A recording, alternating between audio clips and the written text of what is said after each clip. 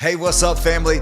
We are continuing in our Restoration of All Things series. If you've missed anything, you got to go back because God is just laying out some heavy revy for us, and you can't miss a thing or you won't have a full understanding. We're under the category still of restoration of the awareness of God's presence. We are not fighting to obtain His presence. There is no separation. Separation is a lie. He is always with us and within us. We just have to become more aware. We're talking about Eden 2.0. Eden 2.0 is better than the first Eden, and it is within you. So let's keep going in this juicy, good truth. And just a really quick review, us becoming aware of God's presence is the first step into us seeing the restoration of all things as a family, seeing the life that was present and available before the fall. There was no death, there was no sickness, there was no anxiety or depression. That is where we are headed. We're not headed towards a world demise. We're heading into an age that is here and not yet. That is a kind of a theological phrase. It's here and not yet. It's available. It's right outside the window, but we have to allow our minds to open up, our thinking to change. We have to let go of old doctrines, old beliefs, old delusions, and open the door to go ahead and walk in to this coming age of restoration, of power, of Jesus governing in fullness and us governing under Him. Holy pancakes. I'm already excited and we're not even talking scripture yet.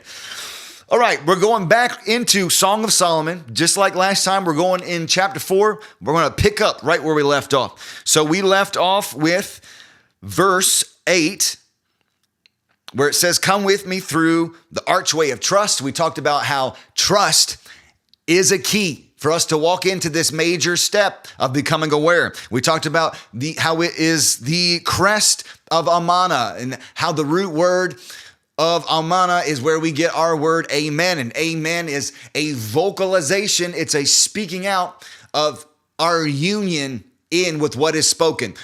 In this case, our union with what God is speaking in this hour, what God is speaking in this word. We're coming into union with that, and through that, we're accessing a realm where all God's promises are kept and realized. Amana is also a place of settled security. The garden within us is the fenced-in place that is talked about in Scripture. It's the Garden 2.0. It's the secret place that we often speak of. All right, so let's keep going. "We will look down from the crest of the glistening mounts and from the summit of our sublime sanctuary." Holy moly. "Together we will wage war in the lion's den and the leopard's lair." What is this talking about? This is symbolic of the one who comes as a roaring lion, looking for who he may consume. So this is the system of darkness. I don't like to call it a kingdom because it's not a kingdom. The Bible tells us that Jesus, before he went and sat down at the right hand of the Father, he went down and disarmed the enemy. So the enemy only has delusion and shadows to cast. The enemy has no more weapons unless we give them weapons through our unbelief, through believing lies and shadows. So what I'm trying to say here is us coming into this awareness of God's presence, coming into this knowing of intimacy, of union, wages war on the enemy.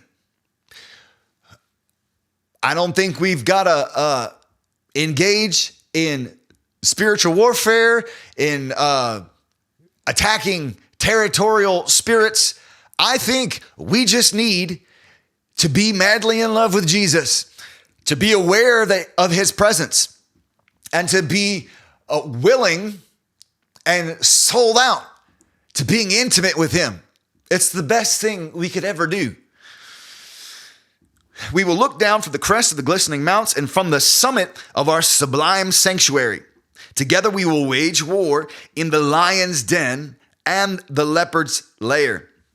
There's some prophecy, and we're going to get into this in other episodes. I don't have time to do it in this one, but there are some prophecies, especially in Isaiah, of I don't know exactly, I remember off the top of my head, but it's very much this language of the lion's den, the jackal's lair, the jackal's territory. That's symbolic of the enemy. And what's so fascinating, the connection between these two is it's in this, I don't want to give too much away, but there is prophecy of our love and our intimacy, our awareness of God's presence, creating a highway of God's glory right through territories that were once the enemies, territories of jackals. And just like the word says, the territories of our enemies becoming the territories of our God. The glory of the Lord flooding the earth as the waters do cover the sea. And the territories of the jackals, of the lions, of the leopards, all being stripped of them and given over to our God. Holy moly.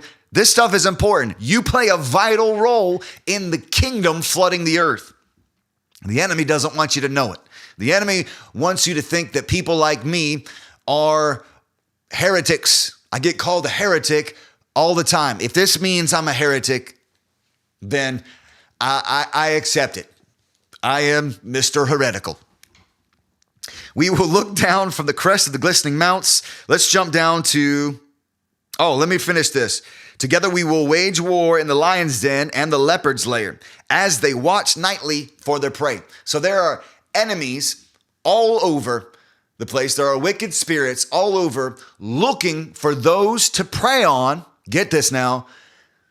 To prey on those who do not know their identity in Christ, who do not know that God's tangible presence, a walk with him, a stroll with him in the garden 2.0 is possible here and now.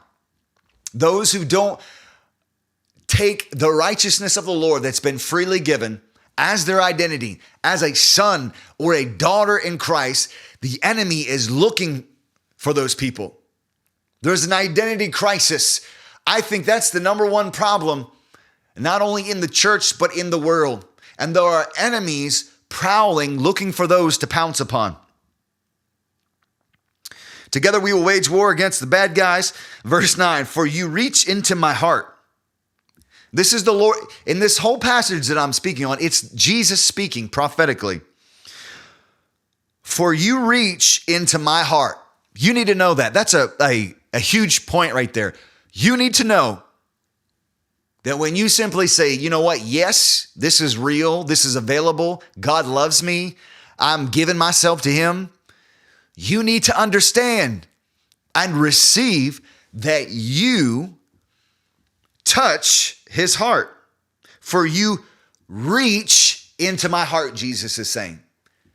Just take a second. Think about that. That's hard to comprehend, isn't it? I think that's something that we have to continually work on processing. We reach into the heart of God. You're not a sinner. That is not your identity. You are one who reaches into the heart of God simply by accepting and walking in the things that I'm saying in this podcast. For you reach into my heart with one flash of your eyes. I am undone by your love. Whew. Hallelujah. Oh God. I feel the passion, the desire of the Lord of filling this place. Give me a second, y'all. For with one flash of your eyes, you who is watching me on YouTube right now, who is listening to me on Spotify or Apple Podcasts, you with one flash of your eyes, you need to be aware that this is how the Lord feels about you. True humility. We often think that humility is saying out loud how scummy we are or how broken we are. But true humility is coming into agreement with God's perspective. And God is showing you his perspective of you right here in this verse. For you reach into my heart, and with one flash of your eyes, I just cannot get past the scripture. The love of God just keeps washing over me. For you reach into my heart with one flash of your eyes. I am undone by your love. The Lord is undone by your love. When you choose to just be radical with it, to let it pour out, to not be all stopped up and stuffy because you were always taught you weren't really supposed to talk to God, that you were supposed to be quiet in his presence. Maybe you were taught that you couldn't even be in his presence, that the only thing that you could ever experience in him was the Bible, and especially, you guessed it, the King James version of the Bible. But with one flash of your eyes, he's undone by your love. That should give you freedom to be more and more aware. He's right there next to you right now. Somebody, thank you, Holy Spirit. Somebody, you are feeling something right now. You're feeling something tangible. Your natural response is to say, that isn't real. I'm in my feels. I want you to know the Lord himself is right beside you right now. He is right beside you right now. And guess what? He never leaves. He enjoys his garden that is within you. And as you become more and more aware, that garden is going to more and more manifest. You won't be able to hold it back. Those streams that flowed out of the original Garden of Eden are now flowing out of you, and they contain living water. I want you to see this really quick. I didn't plan to say this, but I hear the Holy Spirit urging me right now. I just heard the wind of the Spirit. Holy moly. Hallelujah. There are two different words in the Bible that the Holy Spirit is highlighting to me now. The word saved is sozo. The word salvation is soteria. Thank you, Holy Spirit. A lot of people just assume when they translated the two that they were the same. Saved and salvation, same things. Not true. They're actually two different words. Sozo, saved. Soteria, salvation. I've always felt funny about that scripture that says that we have to work out our salvation. Because whenever we are told that we have to work something out, that we have to depend on what we do, I'm a little bit weary, a little bit concerned. And so that scripture always just kind of stuck out funny to me. But then I learned that there is a difference between saved, sozo. Sozo is the saving of your soul. It is healing, health. Really, it's wholeness. It's the whole package of accepting the sacrifice of Jesus. But when it says we are working out our salvation, salvation is soteria. And that is this is how the best way I can explain it. It is the unfolding fruit of our salvation. It is not us being saved, but it is the manifestation of the fullness of our salvation. I imagine a tightly bound up rosebud finally beginning to open. And this is what is happening. Whew, glory. This is what is happening when we allow ourselves to come into the awareness of God's presence that is ever present. We always say he's omnipresent. It's time we believe it. It's time we get it in our believer, in our knower. Hallelujah. So we need to give ourselves permission. I feel the Spirit so heavy. I can barely keep my eyes open. When we give ourselves permission to allow our perception to be sensitive to his ever-present presence, we begin to open. We begin to work out our soteria, work out our salvation, which is the manifestation or budding, you could say, of the fruit of that. So we are manifesting as sons and daughters when we grow in our understanding of his presence and how tangible he is. Holy moly. I need a minute, y'all. Hey, family. I went off on a Holy Ghost tangent. I had me a party with the bread and the wine mixed all together. So I decided, hey, this is a great point to cut off the episode. I spoke on this Eden 2.0 episode for over 2 hours. So what I'm doing is I'm trying to edit everything into 15-minute sections.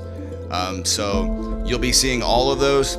It's just gonna be a long series. So I hope you're enjoying it. We're gonna be talking about beloved equals in this segment of Eden 2.0 as we continue into becoming aware. There being a restoration of our awareness of God's presence towards the restoration of all things. Hey, do me a favor, walk slow throughout your day.